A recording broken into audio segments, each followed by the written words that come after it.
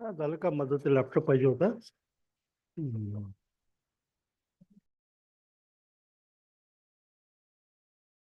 So, very good afternoon to one and all.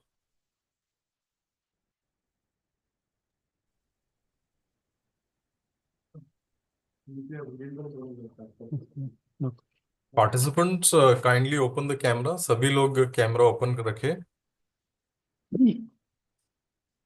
More interactive session we can have. Already the guest for this afternoon session lecture and also the valedictory session, Dr. Ajit Thete sir has joined the cloud meeting. So on behalf of UGC Malviya Mission Teachers Training Center, Dr. Babasaheb Ambedkar Marathwada University, Chhatrapati Sambhajinagar, I welcome Dr. Ajit Thete sir. Sir will first of all deliver one talk till 4 o'clock, and then at 4 o'clock sharp we will have our valedictory session for 10 to 15 minutes. Over to you, sir. Okay. Yeah. Thank you, all the professors, to this session. At the outset, I thanks the HRDC, Dr. Babasaheb Ambedkar Marathwada University, Chhatrapati Sambhajinagar, to provide me the opportunities to share with you on the National Education Policy 2020. I'm quite sure that through the entire program, you have been introduced with the different aspects of the national education policy. Though there is a very little left with me to talk on the national education policy 2020, but still we'll make it an attempt to see that in light with the vision of the national education policy 2020, how we as an institute, we as in a department, we as a program coordinator, we can really shape the future of our nation, that is our students. Dear professors, I will just open my PowerPoint presentation and then we will share with you.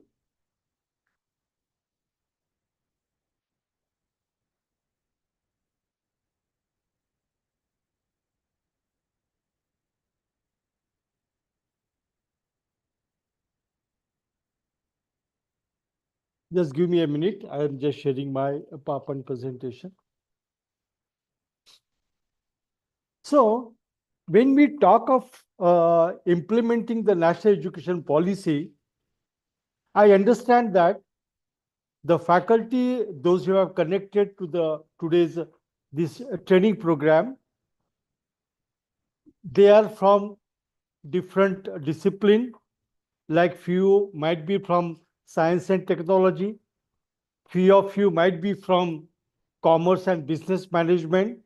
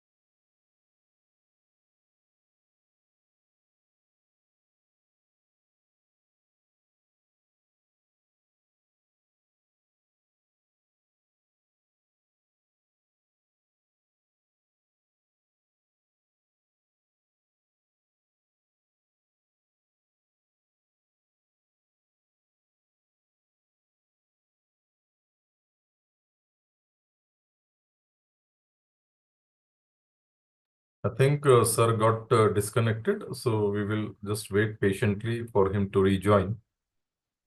There must be some technical issue.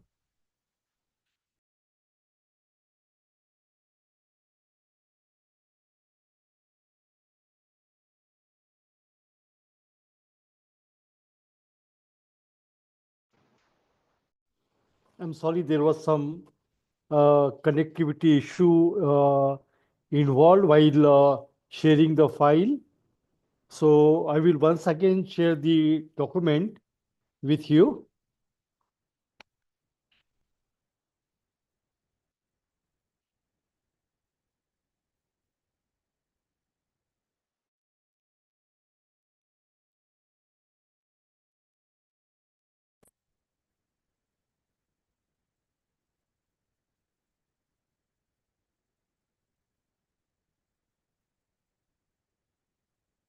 So when we implement this National Education Policy 2020 in the different programs, of course, there is a challenge. And when we talk about challenge more lies in the design of the curriculum, design of the institution. Hmm?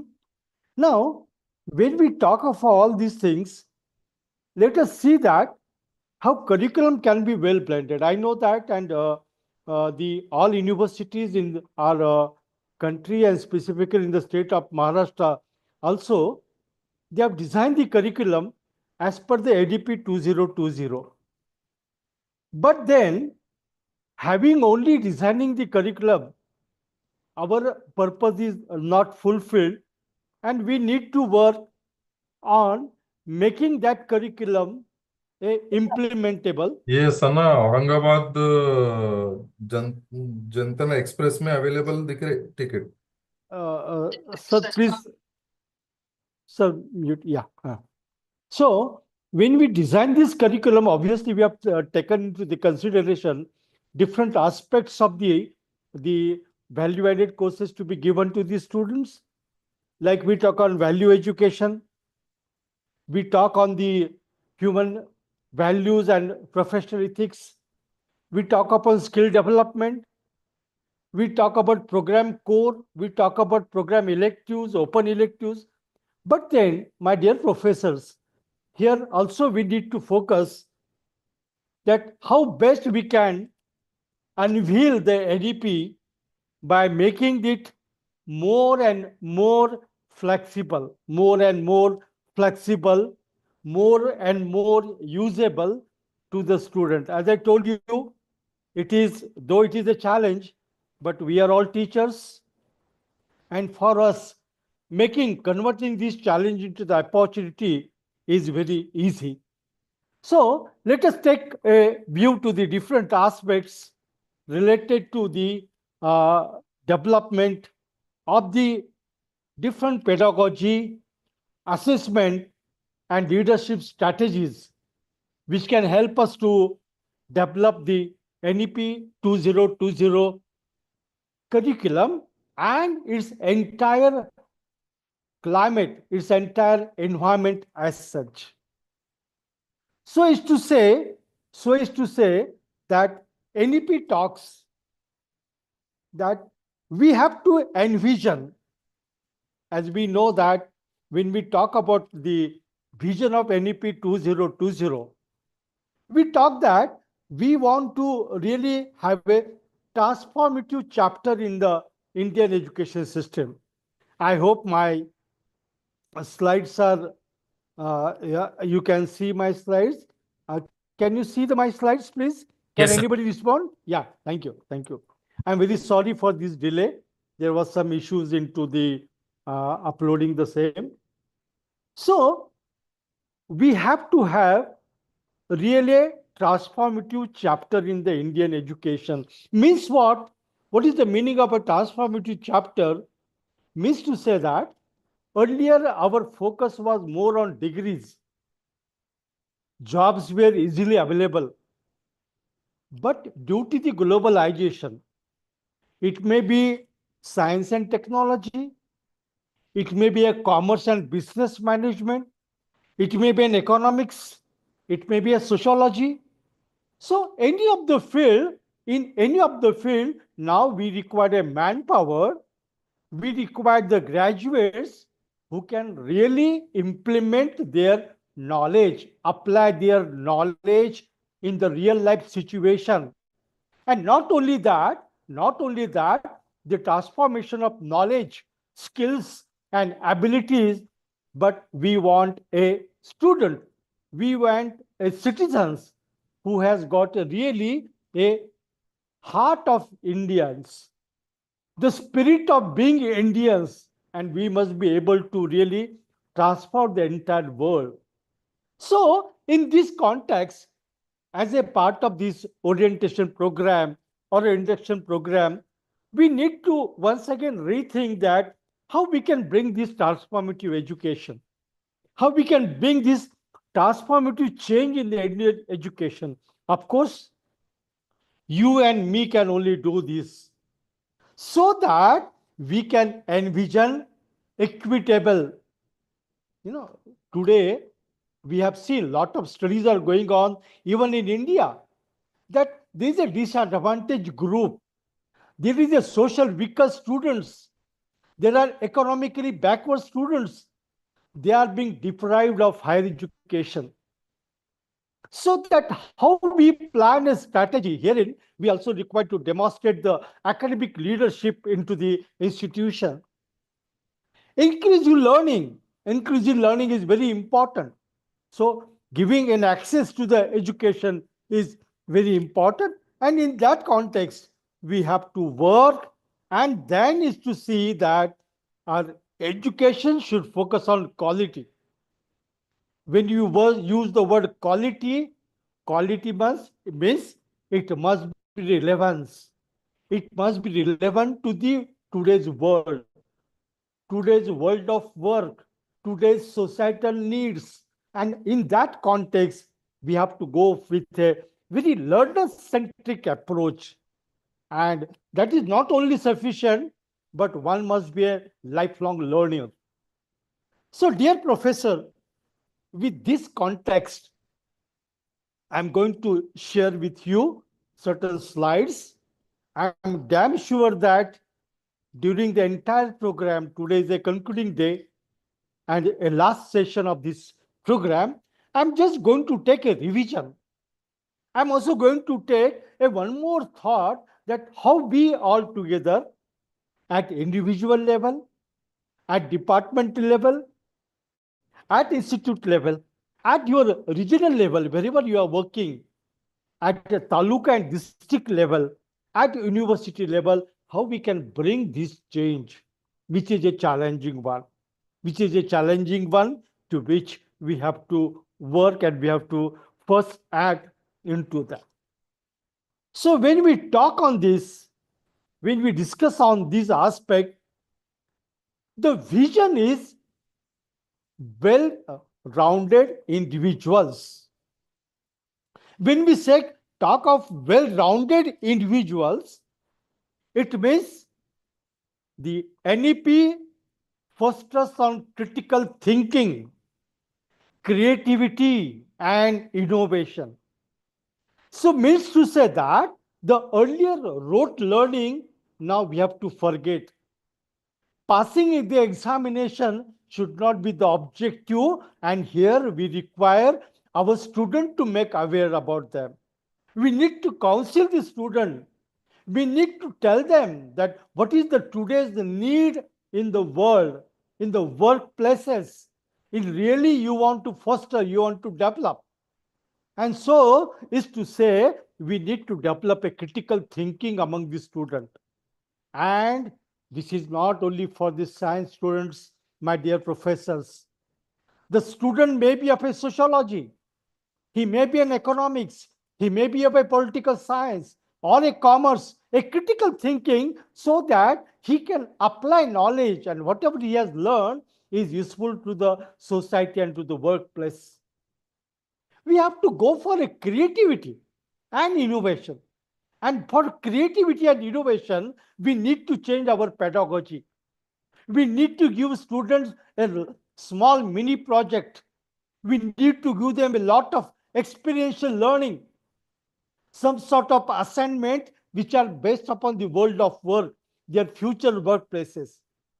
And in that context, we have to work and to develop our student in a real sense.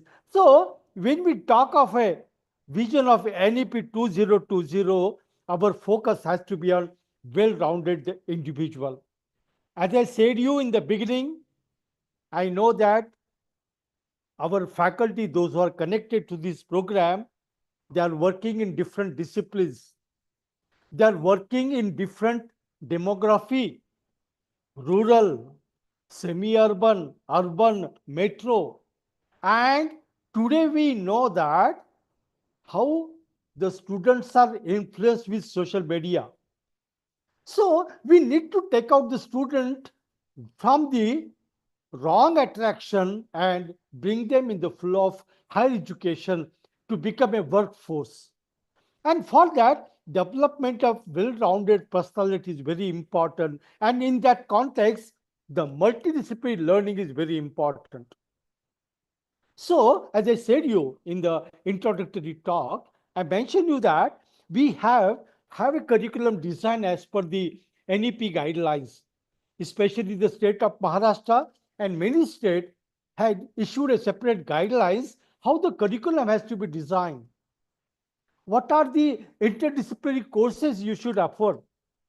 So all these contexts, we need to talk and we need to tell the students, we even need to tell our faculty member to counsel the student into the matter and implement these courses very effectively.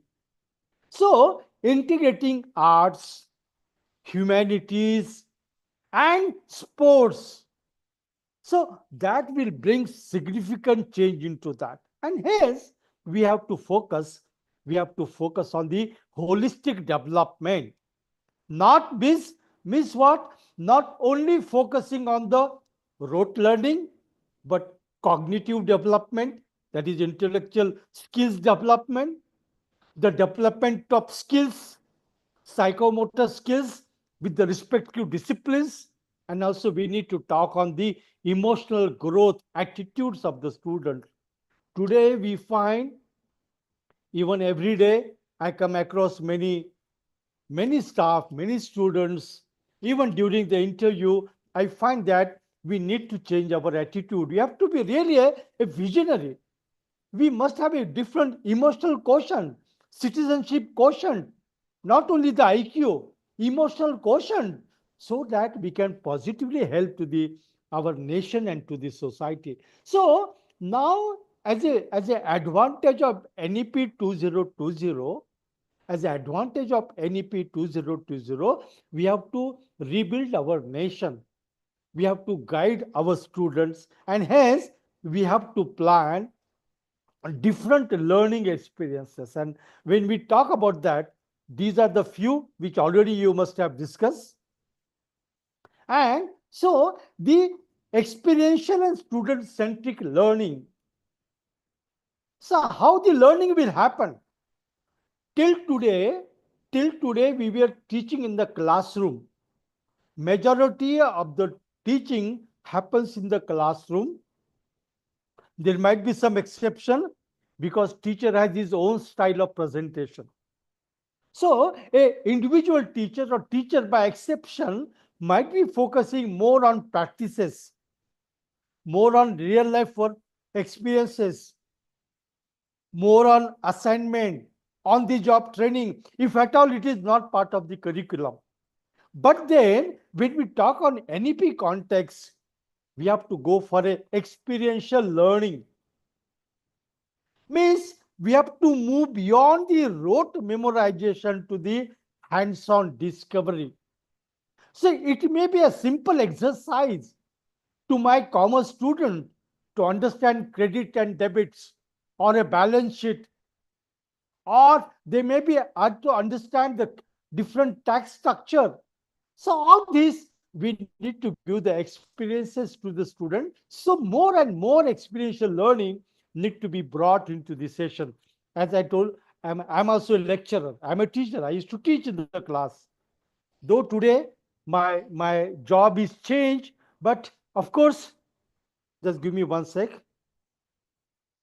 Uh, Sir, I'm in lecture. I'll just call you after 5:30, please. Thank you. Thank you. Okay. Yeah. So whenever I used to teach in a class, I find very awkward. Even nowadays, I conduct a lot of workshops and all these things. My focus is more on hands-on discovery because students will learn.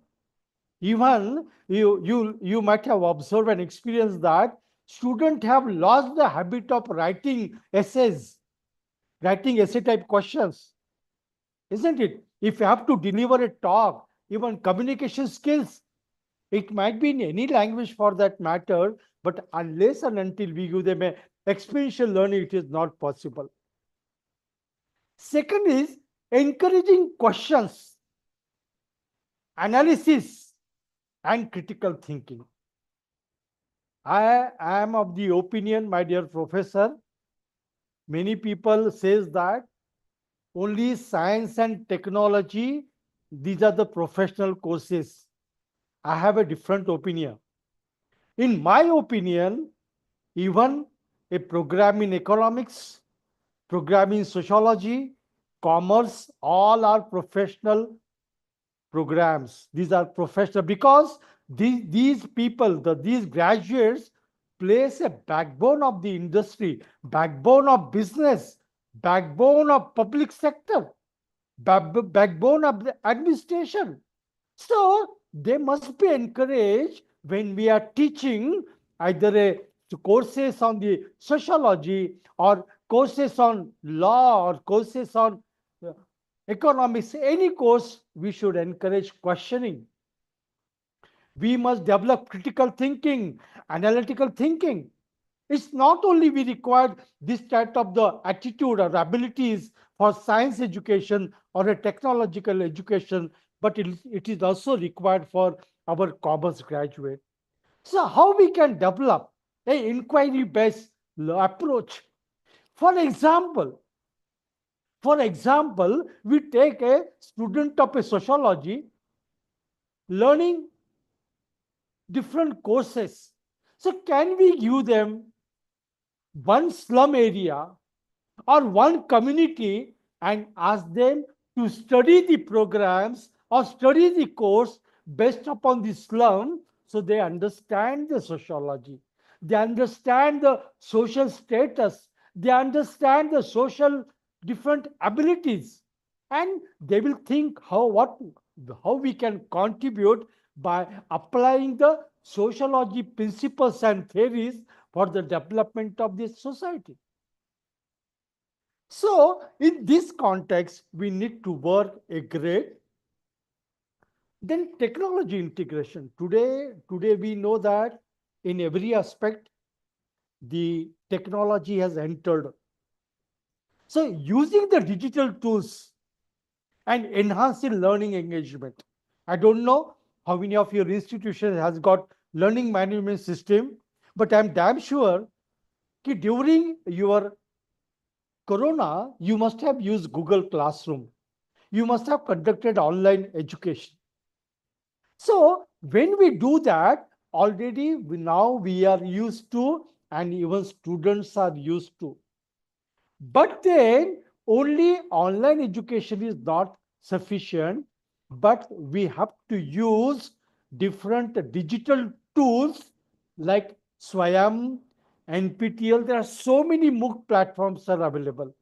And we should make students habituated of developing using these digital tools. And when I'm saying digital tools, not limited to only course, but related to their programs, related to their discipline, what softwares are there, what different programs are there, what types of different tools are available in the market, and that you know that of course always I'll give the examples of the statistics. You'll have a statistics tool are there, platforms are there. When you go for taxes, in tax also there is a software. So everywhere now lot of softwares are there, lot of online happenings are there, and we must develop this awareness among the students of by integrating technology into that. And obviously, for that, we require 21st century skills. So, apart from digital literacy, communication skills are very important. Isn't it? So, you observe that, yeah, you must be experiencing that lot of conflict, lot of misunderstandings, and lot of, you know, bad team management happens only because we are lacking communication and we do not believe in collaborations. So, how we can develop communication skills, how we can develop collaborative skills, which is must today. Why the national education policy is focusing on interdisciplinary and multidisciplinary curriculum? Because we should collaborate. My students of economics must know what is happening in the science. My students of sociology must know the economics part. My student of sociology must understand commerce and vice versa. So, the benefit of national education policy, which you must have learned and you must have had a lot of discussion during the program, that is where we have to more and more emphasize on having these 21st century skills. Dear professors, I did not tell you, you know, because you are very intellectual professor, teachers, you are intellectual minds. I know that you must have realized that the world, I'm not saying only nation, the world required competitive manpower. They required global citizens. They required a people with the skills and attitude. And that is the vision of our NEP 2020, that we should not only strengthen our nation, but we will also help other countries to develop. You know the example of Germany, France. They are all now, they are now all are requesting India to send their competitive skill manpower there to their country in lakhs of number. But if our students are lacking into that, how it is possible? So all through this program, we have to understand. And hence, we have to moreover have to have an impact on curriculum design, you know, having more flexibility and relevance. Okay. So students should should choose the subjects aligned with interest and goals. You know, I'm just giving an example. Right now, I'm a member of governing council at JSPM University, Pune, in the state of Maharashtra. Our students have got interdisciplinary optional courses. One basket is given to them, and it is made mandatory that they should select. Means my students of economics, they can select computer programming, they may select psychology. So, if, irrespective of the discipline, if I want to learn programming, I want to learn artificial intelligence, I want to learn economics, I want to learn really something on the data science, something on the commerce or accounting, that a provision we have to make. And that's why, as a NEP curriculum, you must be knowing that we have a major and minors. So you must promote student that yes, major is must, but you can have also one minors of your own interest or with respect to your career goals. And of course, we have to have reduce this overload by focusing on the core essentials. So that is where you all, either during the curriculum design or curriculum implementation, you have to focus into that. And as I said in the previous slide, we have to give more emphasis on the practical careers. Today, everywhere, the practical skills are in demand. Everyone wants practical skill. You go to bank, you go to even public sector, you go to the government office, you go to the private sector, you go to any industry, everywhere we want a skills, and that's why the practicals As I told you, in our university, we have kept practical even for economics, for sociology. Experiential learning is common to everyone, irrespective of the discipline. So, likewise, we need to give them more and more focus on practical careers, and we have to have a more of a emphasis on what is relevant to the our community. And when I say community, the focus career target group. And what is our local culture? And when I say local, I'm talking about India. So, what is our Indian culture? We have to build that Indian culture. Somewhere we are missing that.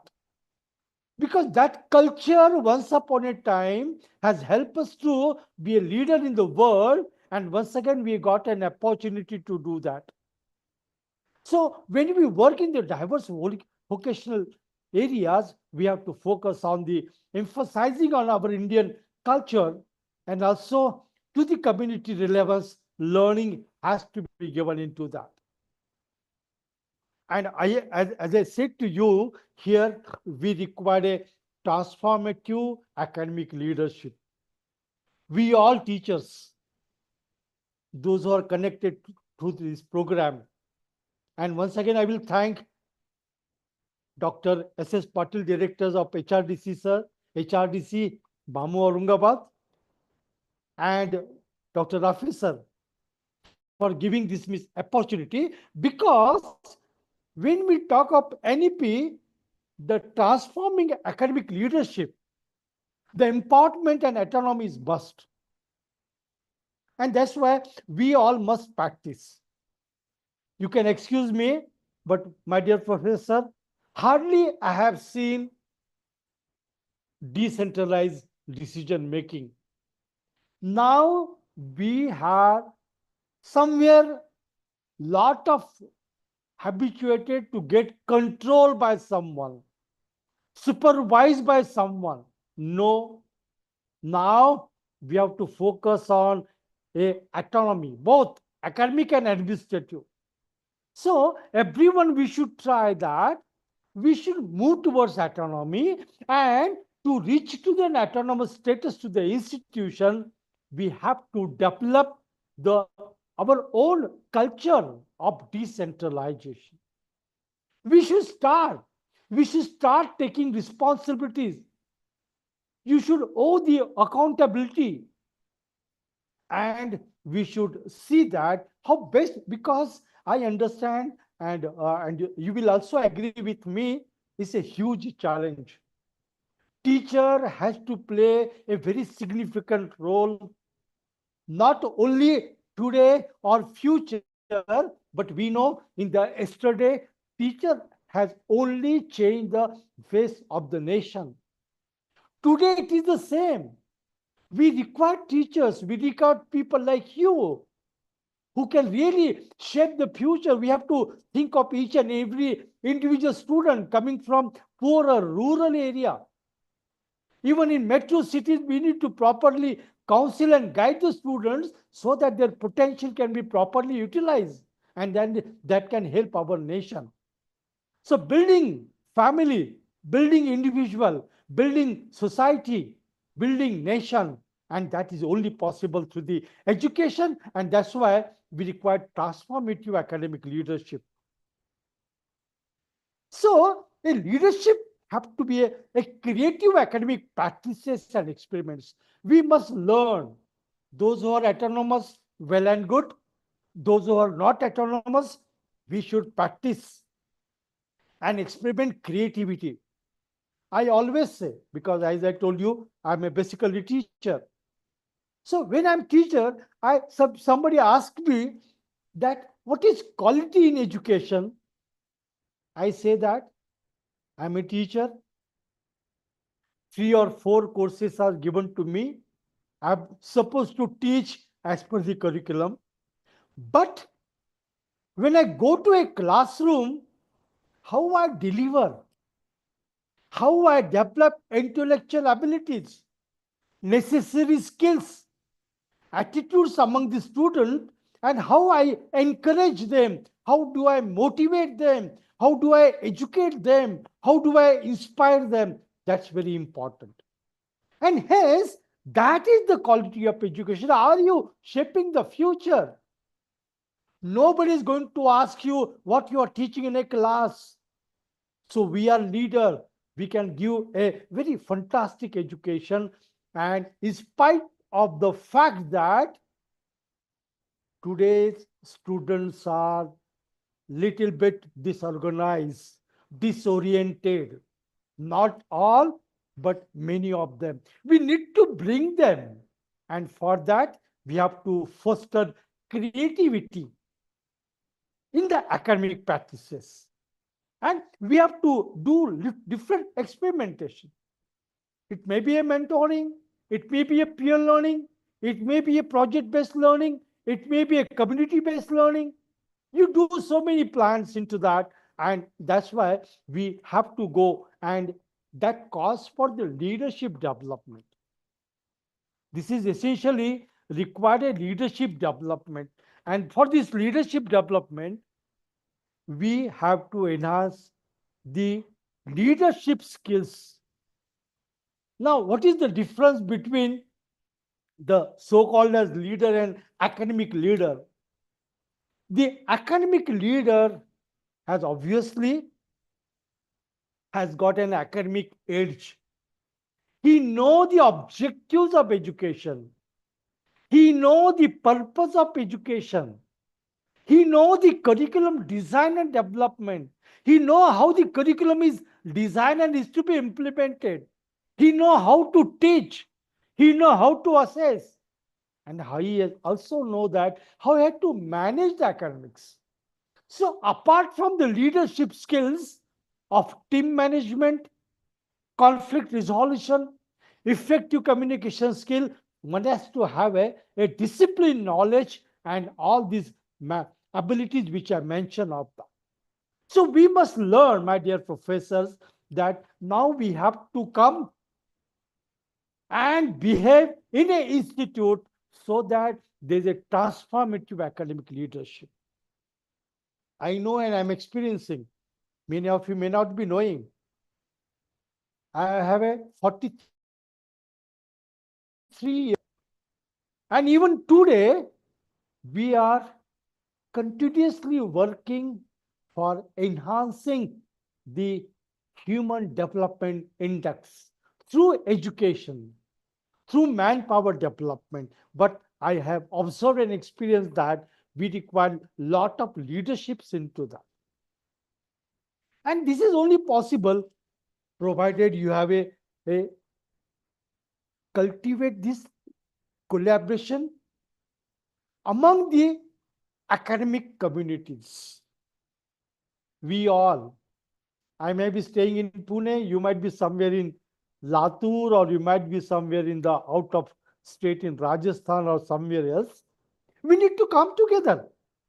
We need to have a talk. I know that you nowadays through a WhatsApp we have different groups. But how we people can work together and we cultivate collaboration is a huge task to all of us. Teacher has a huge task. Two very important identities. One, those are fighting for the nations, the soldiers. Those who are safeguarding our country on the borderline. And second, teacher who is building the nation. So much is the equity is there, so much importance is to the teaching. And my dear professor, we have to collaborate. We have to cultivate the collaboration within our academic communities, which will help us to transform the academic leadership. So empowering and autonomy, we must try for that. I'm damn sure that many of you must be doing a lot of innovations in your institutions. So you share that with others. So sharing the governance, sharing the best practices will help us into that.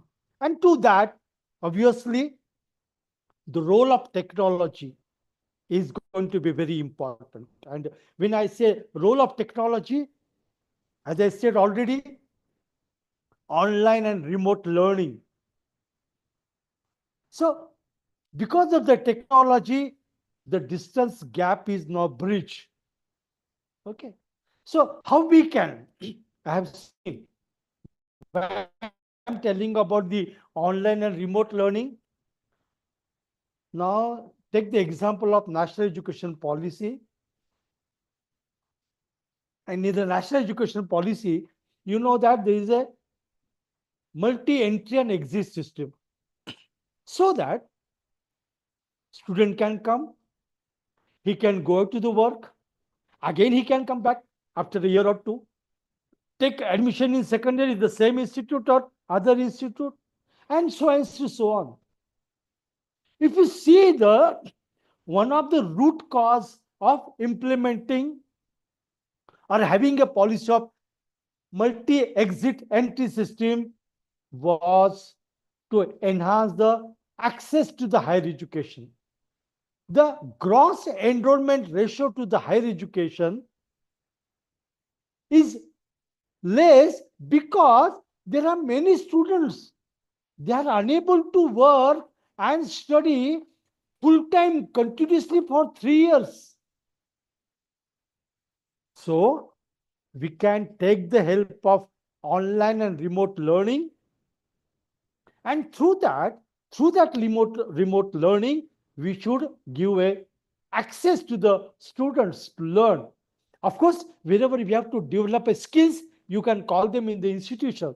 But whenever you want to develop an intellectual abilities or some part of attitudes, some part of learning which has to be there as a continual part, you should go for online and remote learning. And that obviously talks about the digital infrastructure. I know that in many institutions, digital infrastructure is an issue, but we have to find out the solution onto that. There are solutions, of course, it required a altogether a separate lecture for that. Then we require to have a teacher training. I remember when we talk about teacher training on what? Not on using PowerPoint presentation, not on using Zoom platform, Microsoft platform, but developing the e-content, then developing their own learning packages.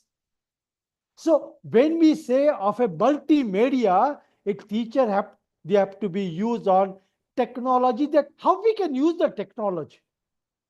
Okay, of course, there are learning management software. Wherever learning management softwares are customized to your requirement, then it need not be. But then, in spite of that, today we talk about artificial intelligence. You know that? And since artificial intelligence is there, we can use, but of course, you know that it has to be used in a very smart way. So are we able to use artificial intelligence in mentoring students, in counseling students, in assessing students? So and so. So we all need to get trained on the new technology which is coming up. Of course, not only I'm talking about artificial intelligence, but a lot of automations are there, lot of softwares are coming up. So how we get digitally integrated, that is very important. And hence, we and student, we have to be with the digital as such. So as a part of that, we have to again focus on evaluation. National education policy talks about comprehensive and continuous assessment.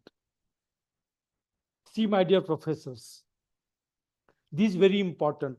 The earlier, please excuse me, because I work pan India and I have seen same and different universities. I have seen different question papers, and uh, of course we need to even change, redefine the evaluation system, and we should have comprehensive and continuous assessment.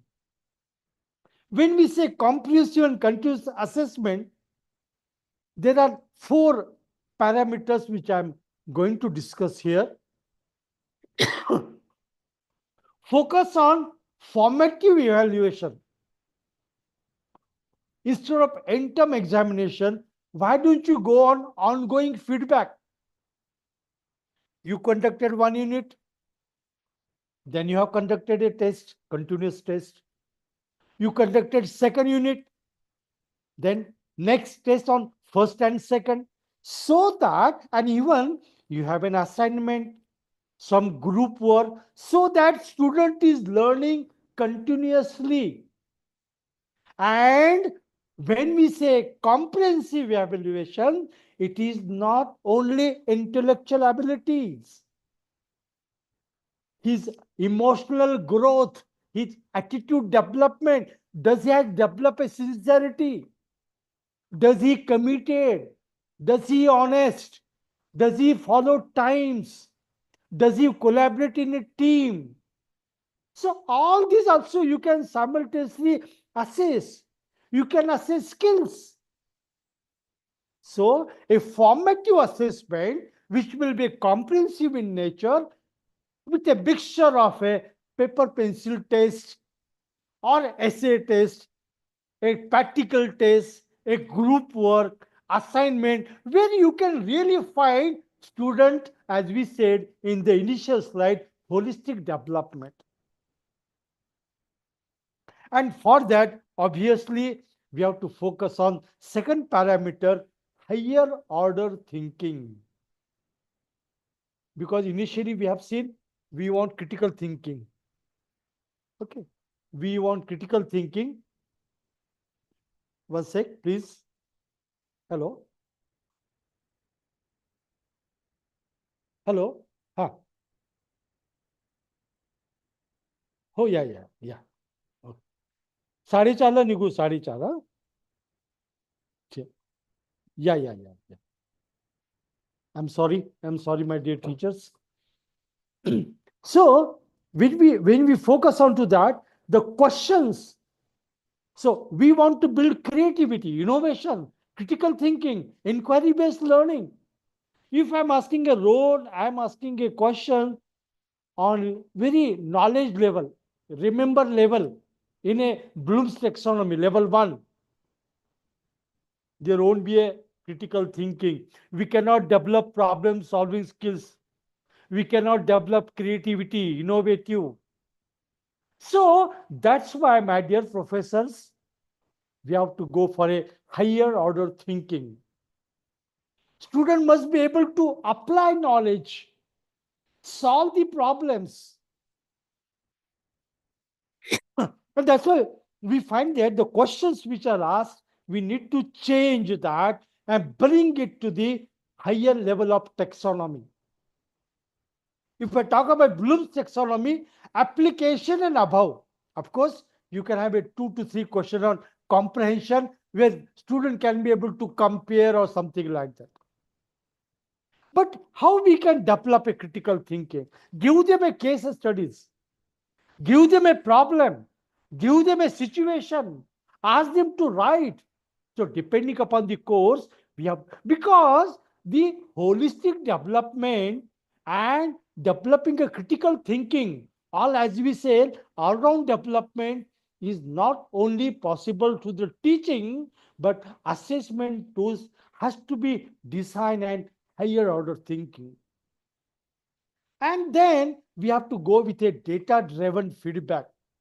That's why I said sometime before, we should develop our own tool which will focus on personalized evaluation, a portfolio management, how one is performing, how one is progressing in the education.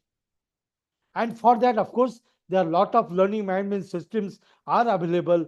We need to work on to that. We have to work with the even universities so that student can learn at their own pace. We know that even today, if you go to the class and if you ask some questions to the student, if you pose some student to a question, hardly somebody will raise the hand. So, but then We have to develop their inquiry at the same time by designing the AI-based or technology-based evaluation system. We must be able to assess how one is learning and provide a feedback to them. And of course, there has to be a fourth parameter, self and peer assessment.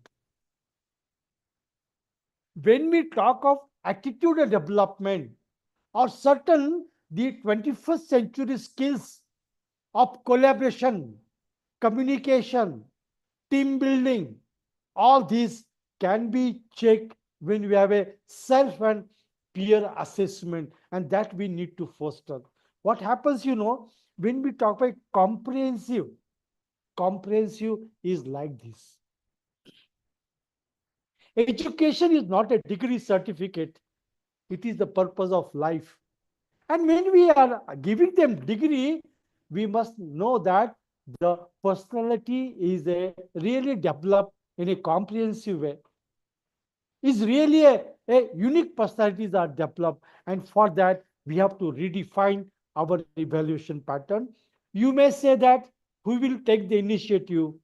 We have to begin. We as a teacher in the institution, you as a subject teacher, you as a course teacher, you as a head of department, you are a leader in the discipline, you have to do that. Then only it is possible to bring that particular change into that. And hence, when we talk on the assessment patterns and the how this growth will happen, so we have to have a focus on learning and growth, not only on learning, but whether growth is happening or not. And that's why we have to follow the 4 stages. One, as I said, comprehensive evaluation, cognitive, affective, and psychomotor domain. That comprehensive has to be there. Okay. Because we know when you go in the world of work, for any graduate, discipline knowledge is must. The skills related to discipline are must. Some core skills are also equally important. Attitudes are important. So we must have a comprehensive evaluation. Then continuous assessment. Okay. Not only summative, continuous examination. Okay. Having continuous examination will help student to growth. And that's why even in the 10th standard and 12th standard, and in many universities, they have started different monthly tests. There is internal test. There is a end term examination. If some student get fails in end semester, within 15 days, second examination is conducted. So that student is not fear of examination and is continuously working on them. So a continuous assessment in the 3 areas, cognitive, affective, and psychomotor. So I need not tell you that affective means emotional growth, emotional quotient, or attitudinal development. Cognitive is intellectual skills, and psychomotor domains is related to the motor skills which are required to that. Then we should have a feedback mechanism. So learning and growth will happen if we have a feedback mechanism. So how you are going to build a mechanism which guides improvement and enhance learning outcomes? And for that, we should have a feedback mechanism, and we have to encourage resilience and lifelong learning attitudes. This is very important. Tell on the very first day during the induction program to our students that learning is just not a degree, it is a purpose of life. And in that context, one should be a lifelong learner. And in that context, my dear professor, we need to work. Now, when we do this, when we work on this particular task, I know there are a lot of challenges and opportunities. There are infrastructure gaps, and also we need to develop a capacity building of the educators. It's very vital. So we have to work together. Okay, this is all depend upon institutions, how they get the funding on CSR funding or some different research funding or some other scheme as such, and upgrade the facilities and technology access. And continuous training for the educator is vital. It's very important. And we have to encourage openness to change and innovation. If you do not unlearn, you will not learn.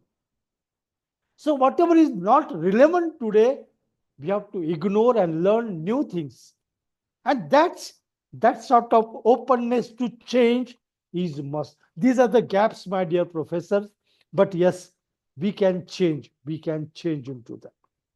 So, as a part of my first part of lecture, to have a transformative vision, we have to redefine the education for equity and excellence. We have to have an equity. It's very important. Okay. When I say equity, no poor, no rich. All must be at one place. And equality, irrespective of caste and religion, we should develop into that. And there should be an excellence all round development of the personality. Then investing in education, on technology and infrastructure you have to do. For all these, collaboration is required. And this all calls for an action. We all teachers, after having gone this 1 month training or whatever training duration is, you should go back. Let me share you, every time I attended any training program as a teacher, I was immediately work on the action plan. How I can utilize the knowledge which I've gained in the real life. And I will request all of you to do this call of action so that the education as a leader, you must drive meaningful change into that. So, dear professor, so at a NEP level, at a gross level, these things are there. Now, I'm coming to the little micro level for next half an hour, and that is on the in the light of the pedagogy. So, when we go for a innovative pedagogy and assessment, we say that, for that matter, you take any course, you take any history, you take a geography, in the light of the competencies required, in light of the skills required, in light of the job requirement, or the role one has to fill to perform when he goes back to the workplace, we need to have a different pedagogy. Now, what is the different pedagogy? Different pedagogy could be that, okay, you have a little of a classroom. Can you have a flipped classroom? Can you give one topic to the student to study and come back and have a group discussions on that? Can we give some task to the student as a micro project, mini project, give them some problem solving? It's not only, again, I'm saying science and technology. I want humanities, law, commerce and business management. In every domain is possible. Okay, and we should design, and that's why we talk about outcome-based education. So, when we talk of holistic and multidisciplinary education, it fosters for well-rounded individuals, which already we talked. And it on critical thinking. So, how I can develop critical thinking in a classroom? Of course, it is possible to some extent, but not really that creativity is possible. And that's why we have to go for a major shift into that, so that we can make into that. And that's it what I'm going into the more depth of that, of experiential learning. That is learning by doing. So having practical engagements includes internship. Actually, irrespective of any discipline, at the end of every year, students should go to the world of work for on-the-job training for 4 to 6 weeks. Give them micro projects, give them major project,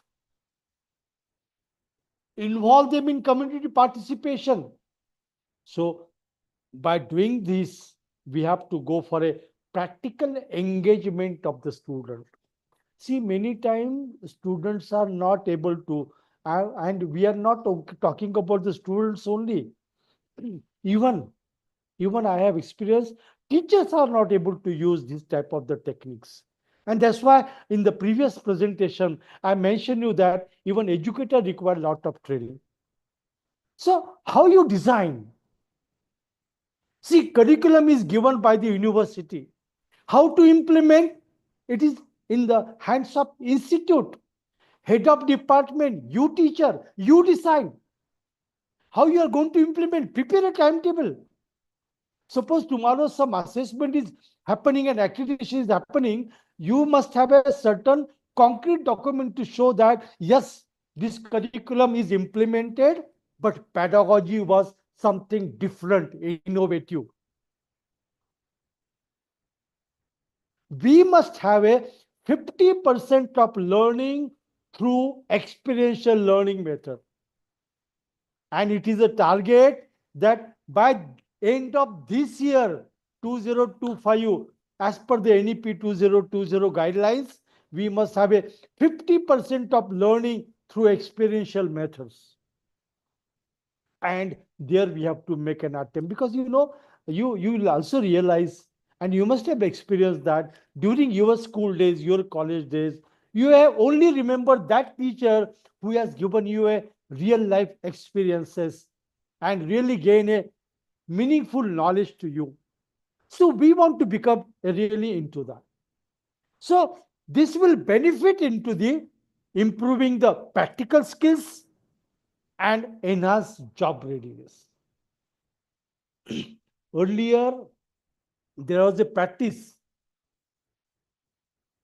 especially in the big organizations, including industry, that after appointment, after graduation, 1 year, they used to keep under training. Okay. But that has been now nowhere exists. There is no training. They want ready-made graduates. And not only ready-made graduate with requisite skills, but also their all-round development. So, my dear professors, we need to sit together. The outcome-based education approach will help you to design this pedagogy. Sometime later we will talk on this in details, but you should focus into this. And this of course, as a something will be a sort of a repetition.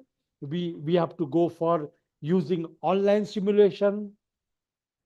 The virtual labs are available. The virtual lab will give you a real life experiences. And it is not only for the science student, it is for the commerce, it is for the sociology, it is for the language. Then AI driven personalized learning. So all this we need to work, and we need to bring more and more technology into that.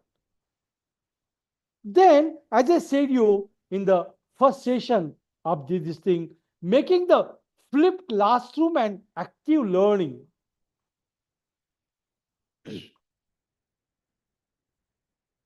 Lectureship. Now what I am doing, I am lecturing. It's not interactive. So from passive lecture to an interactive student-centered session, we need to go for that.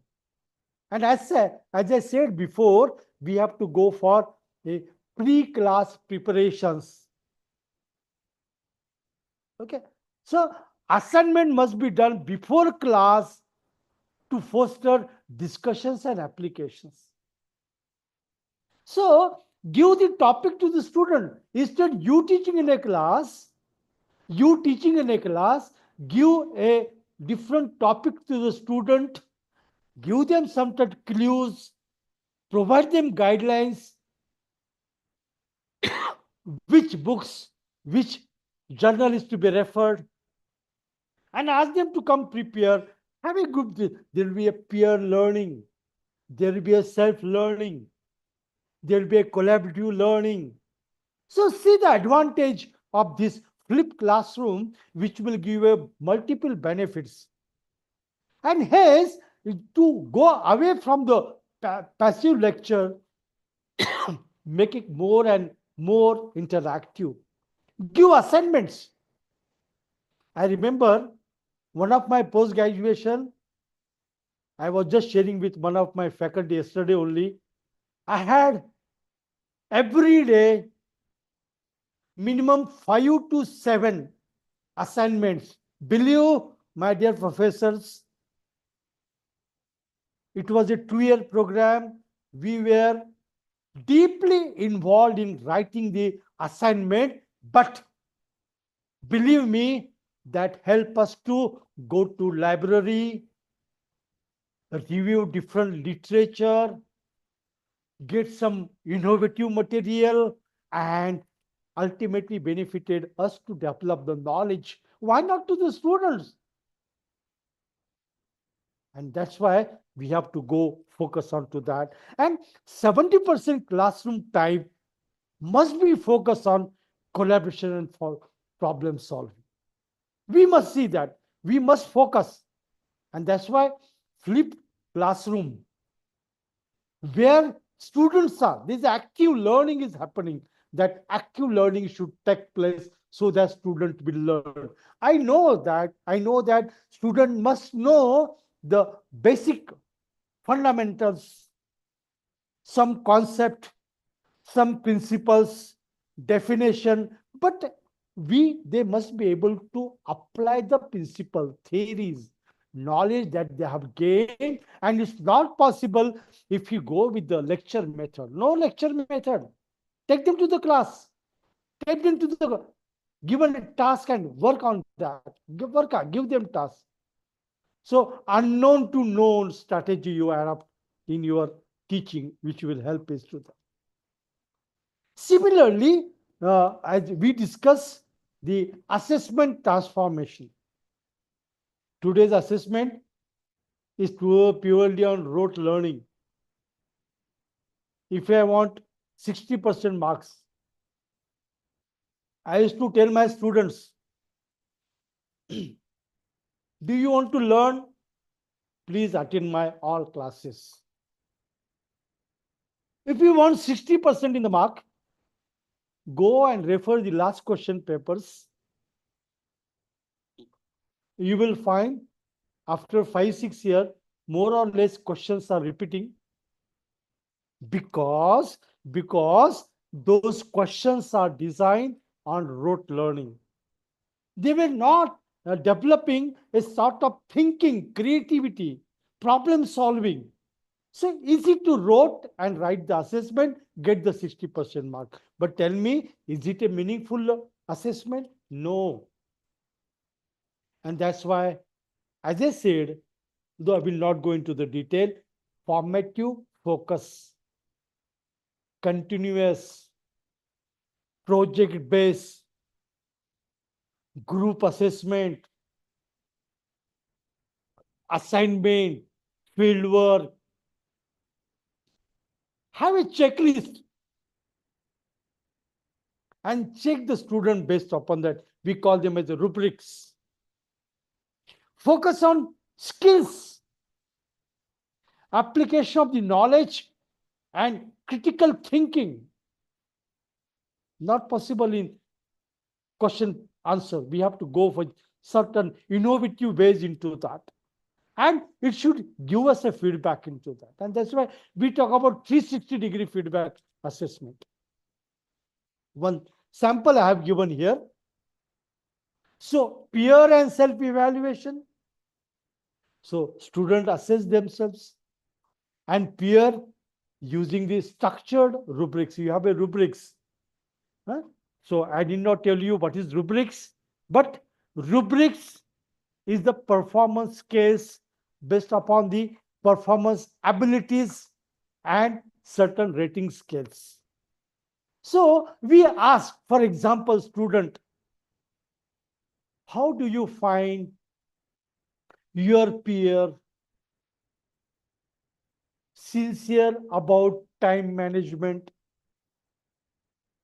How we get quickly adapted to the new teams, peer team. So structure rubrics are there, through that we assess into them. Then objective rubrics, critical thinking 25%, application 25%, communication 25%, collaboration 25%. So you can have a 360-degree assessment. And while doing so, we have to encourage the reflections, teamwork, and accountability. So such a type of evaluation pattern, if you try to implement, I just told you, many of you, those who are not autonomous, they will become autonomous very soon. And in the autonomy, you have a free to use your own evaluation scheme. Then what's the use of the evaluation pattern scheme, which is not really useful for the purpose of education? So that's why you have to work on to that. And of course, we have nowadays AI-driven tools in assessment. Many of you must have used this. Okay. There's an automated feedback, instant grading with AI, which detects the plagiarism and scores the essays. So if you are given some essay, some question, not only essay in English, but if you given some essay, immediately it will check the plagiarism also, and it will assign the grades. So automated feedback is there. This is skill gap analysis. So whatever learning gaps are there, these are identified, and there's a possibility of having personalized intervention. Of course, herein, very importantly, we have to have maintain the privacy. So ethical concerns are there, and these bias challenges has to be addressed by all of us. But AI-driven tools are coming up. Nowadays, whatever tools are available in the market, they are totally AI-driven tools. And that we must be able to use that AI-driven tools in the assessment part and so on. And hence, as a NEP, as a part of your this training program also, you should have a strategies for NEP 2020. Faculty development, as you are also part of that. Then curriculum and process resources. So restructuring the courses aligned with NEP. Then collaboration, have more number of partnership. Because as we discussed before, we require a lot of collaborations for industrial visit, for field visit, for community projects, for delivering the market practices, business practices, industry practices. We require a lot of collaborations, research. And of course, for that, you should have a good governance system into that. So we should have a strategies which will work into that. So, friends, with this, we must try to focus on innovations by doing pedagogy and assessment, focus on holistic development, again, calling the action plan at individual level, department level, and institute level, and develop a long term impact, and so that the graduates are prepared for the global competitiveness and innovation. Actually, our Indian, actually, when we talk about country, country is so much having potential. All are intellectuals. And these intellectuals, have to work and have to be properly shaped. And that's why we require a long-term strategy. Friends, I'm just taking last 5 minutes. Quickly, I'll be going to last couple of slides. And I'm only going to talk on which I have not covered. Okay. And here we talk on different aspect, and I'm giving you some clues also. There are AI platforms tailored with curriculum to individual needs. Even I will require Dr. Rafe sir to organize training program for only AI in education, AI in pedagogy, assessment. We will have. I will discuss whenever I'm there at your place. We will work on that.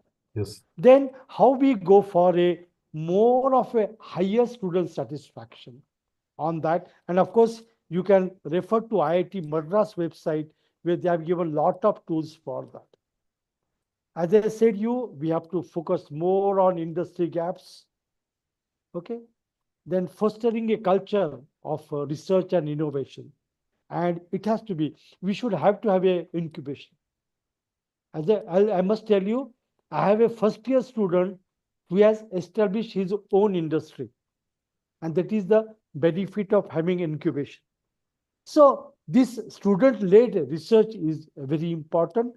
And that's why our understanding the flexibility in the curriculum and to all of us is very important. And that's why all those reforms for the holistic evaluation, which already we discussed in the previous session, that we have to focus on competency based, focus shift to skills, not rote learning, ongoing evaluation, enriching the learning equality.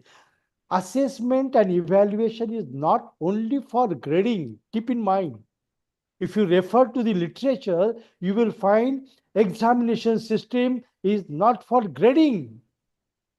It is for knowing the learning performance, the core purpose of the evaluation, and that we have to do and go for more methods of peer review, projects, problem-based learning as such. And of course, I did not say, as I said you in the vision statement also, we have to focus on Indian knowledge system, the spirit of our India, and all that we have to focus into that. The challenges are there, but yes, this paradigm shift of NEP 2020, which is going to define higher education in India, which calls for innovations, focus on excellence, equal access for all. Real, this is very important. No caste, no religion, no rich, no poor. Innovation, we all have a challenges for that. And that's why we all need to work collaboratively and join the first ensure successful implementation. So thank you so much, Dr. Rafi sir, Dr. Patil sir, for giving me an opportunity to share some of my views. I know majority of the things might be a repetition to your lectures, but since you assigned me some tasks, I tried to fulfill that. Thank you so much to you and to all Thank you, sir. faculty members. Thank you. As always, helping hand for this Malviya Mission Teachers Training Center. And we are just, I would like to share with you that we have announced our annual schedule. And in this annual schedule, we are having one refresher course in AI. So, Oh, excellent, so excellent. we will definitely, it is also an offline course. So definitely we will take valuable inputs Oh, from your side, sir. sure, sure. Just a minute, I will give a Most welcome. call to Patil, sir, and after that we will conclude, sir, this session. Sure, sure, sure. Thank you. Sir. Any question? Meantime, we can answer the question. If you have any questions, please.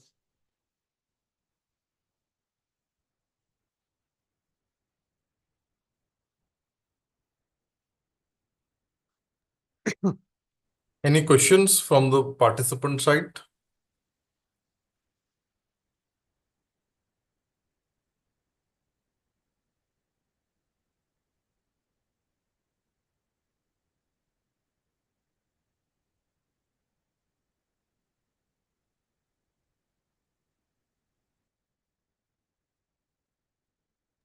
So if no questions are there, I would request Gaurav to start the university song and the banner so that we can conclude this entire NEP orientation and sensitization course. Over to you, Gaurav. You can start the university song and the banner. All participants are requested to open the camera for at least this validatory session. All participants, सभी लोग camera open रखें.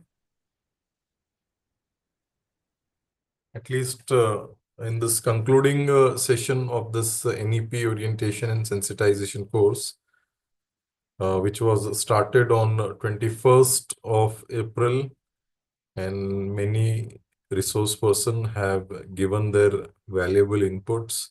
And I hope that all participants have got something in their bags that they will deliver to the colleagues, to the friends, to the society regarding this NEP orientation and sensitization course.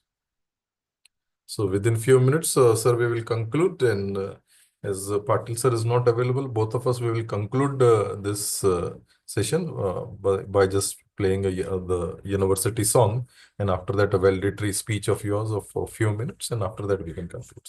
Just for a minute, we will start.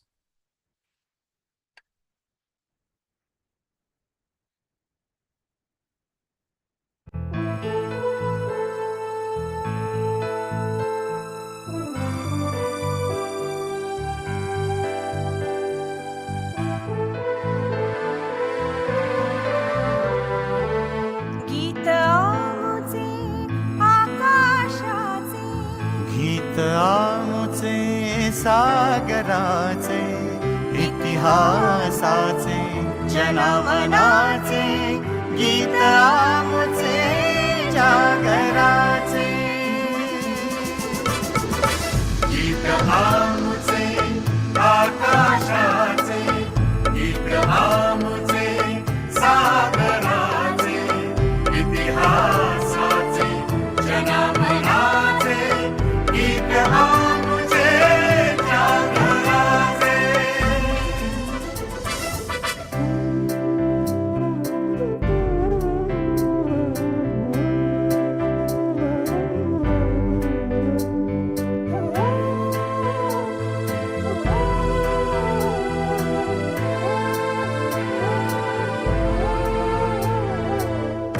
अभंगाचे ओवीचेही my बोलीचे माहेर वाऱ्यातही मराठीचे दिवे लख घरोघर संत महंतांचे विरागी गीत आमुचे वादळाचे इतिहासाचे जनमनाचे गीत आमुचे जागराचे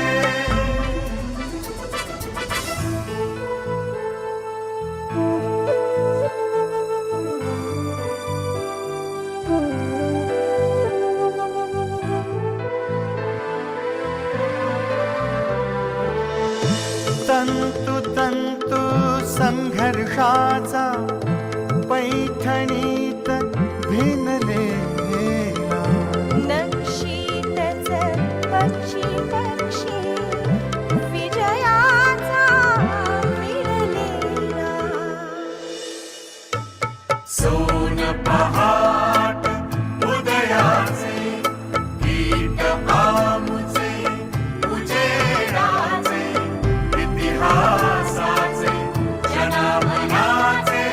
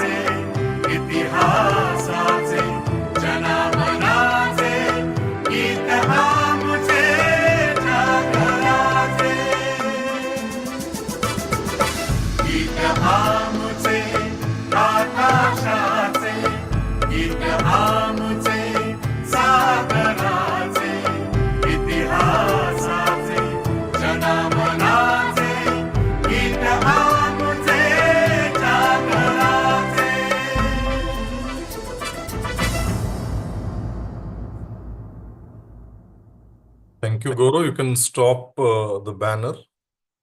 So, on behalf of UGC Malviya Mission Teachers Training Center, Dr. Babasaheb Ambedkar Marathwada University, Chhatrapati Sambhajinagar, I welcome today's chief guest for this valedictory session, Dr. Ajit Thete sir, who is always a helping hand for this Malviya Mission Teachers Training Center, also a mentor since past 12 to 13 year. He has been associated with this Malviya Mission Teachers Training Center. So we are really thankful to him that always he has been contributed a lot to this Malviya Mission Teachers Training Center. This 8 days training program, which was originally started on 21st of April, in that many renowned resource person have contributed a lot on the core theme of NEP 2020.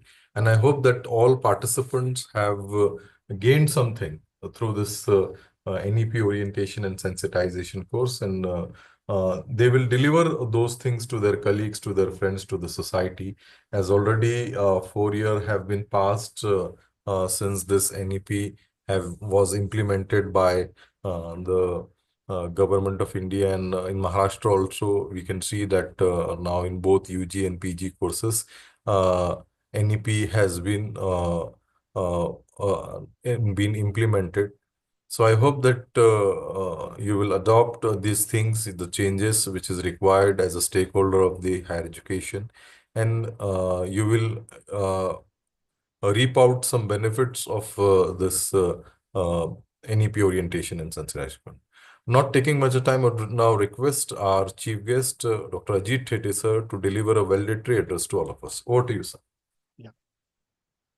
Thank you, Dr. Rafi sir. At the outset, I thank you very much for giving me an opportunity to be the part of the validity programs. Dr. S.S. Patil sir, Dr. Rafi sir, all my faculty connected to this link. It's really always a great opportunity and a pleasure to work with HRDC, Dr. Babasaheb Ambedkar Marathwada University, Chhatrapati Sambhajinagar.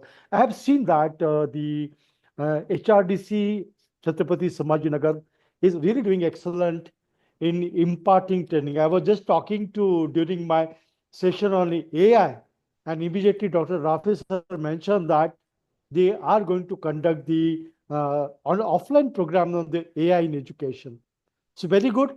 So thank you, and all the best to you, and thanks to you for making me a part of such type of the programs. Dear professors, as I told you, you are doing excellent job. I always say in different training programs that in true sense, teaching is a noble profession. We have to do a lot of work. Now, National Education Policy 2020 has given us a different vision, different direction for the development of nation. And today, though, especially I have focused only on the curriculum, but you know that equally we need to work on the research and development. So my appeal to all of the faculty members to focus on research and development. Second thing, alongside developing students' personality, preparing students for the employment, we also have to take care of the community. Many of our institution is having NSS, NCC. But apart from NSS and NCC, yes, NSS and NCC is doing many good things. But going to the outreach program and implementing our curriculum through this outreach program so that we can be a beneficial to the community, because community required people like you and me. They require teacher to guide. My last 43 experience of teaching tells that the community society is eagerly waiting for our guidance. So I will also request on this occasion to focus on community development projects. We also talk about sustainable development goals. See, these are different areas on which we talk about developing skills, developing the economic status of the disprivileged group, all these challenges, and teacher can do a lot of these things. And that's why on this occasion of National Education Policy 2020, I personally feel that the vision of NEP 2020 is to create a vibrant society. And that vibrant society only we teacher can create. We can only prepare it. So please focus. I remember the objectives of higher education, the Bologna process, which happens during globalization. They have decided 4 objectives of higher education. The first objective of higher education is preparing for employment. Second objective is personal development. Personal development. Third objective is to prepare him a good human being, a social citizen, to be useful to the nation and global. And the last is to develop a broad-based lifelong learning education. These are the 4 objectives of higher education. My appeal to all of you, I know you are well educated, well qualified, and you must be doing well in your field, but I will request you to focus on these 4 objectives of education.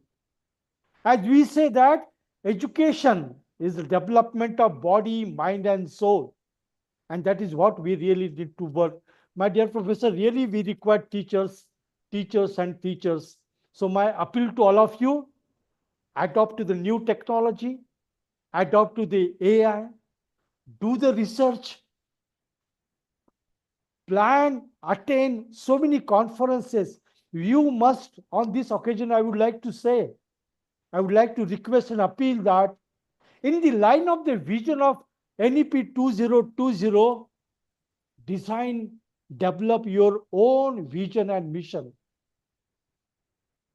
Because you require a lot of strategies to get equipped to deliver. And in that context, I think we need to work, and then only we'll be able to give the fruits of NEP 2020. I remember the 2 things of APJ Abdul Kalam sir. APJ Abdul Kalam sir used to say that focus on development of 5 types of minds.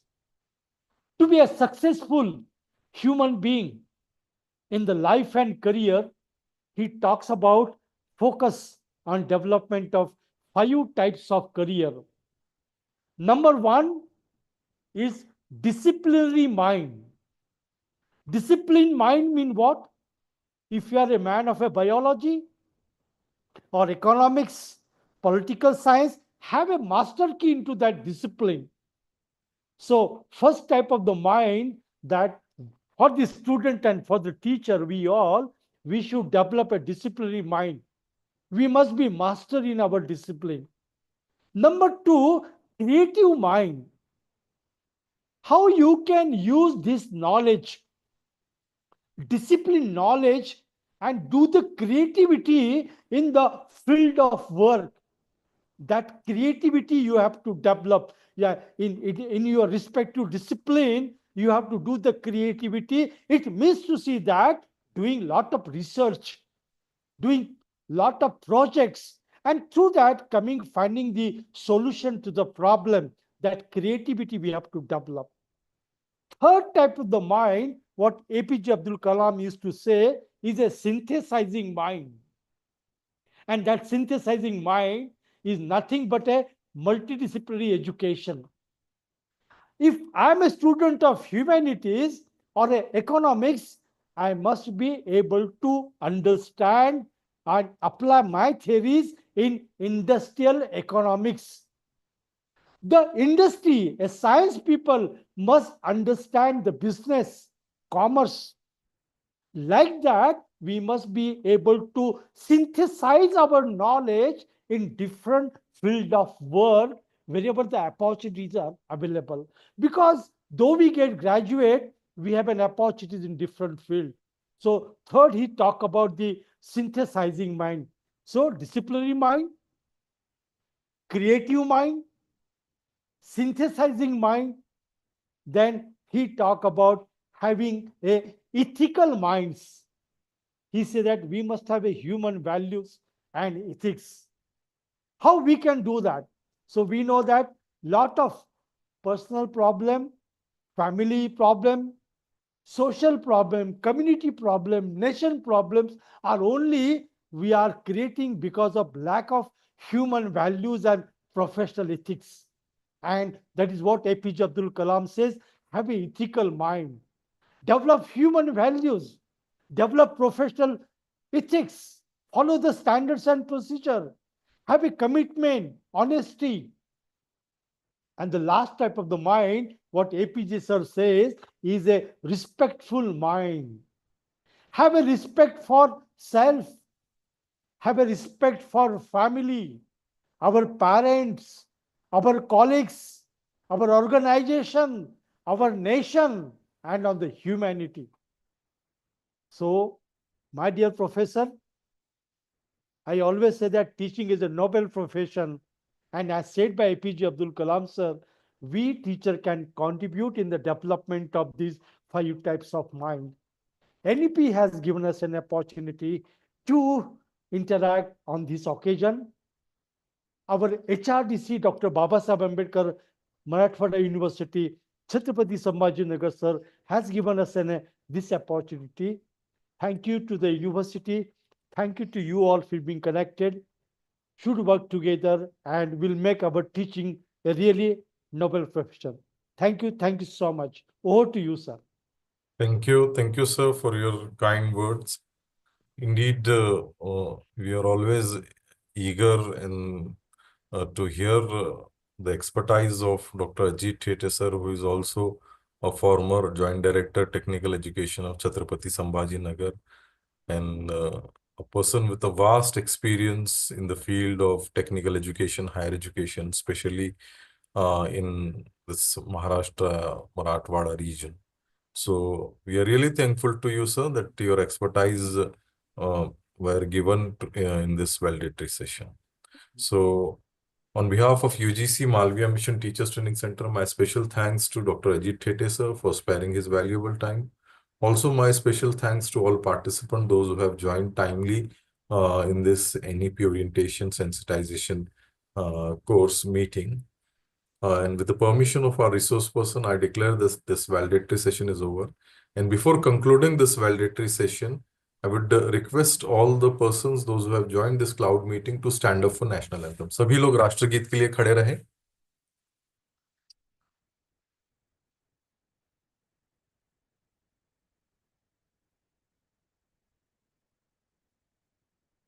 जनगण मन अधिनायक जय हे भारत भाग्य विधाता पंजाब सिंध गुजरात मराठा द्राविड उत्कल बंगा विंध्य हिमाचल यमुना गंगा उच्चल जलधि तरंगा तव शुभ नामे जागे तव शुभ आशीष मांगे गाहे तव जय गाथा जन गण मंगलदायक जय हे भारत भाग्य विधाता जय हे जय हे जय हे जय जय जय जय हे. Thank you. Thanks a lot. Gaurav, you can end this cloud meeting now.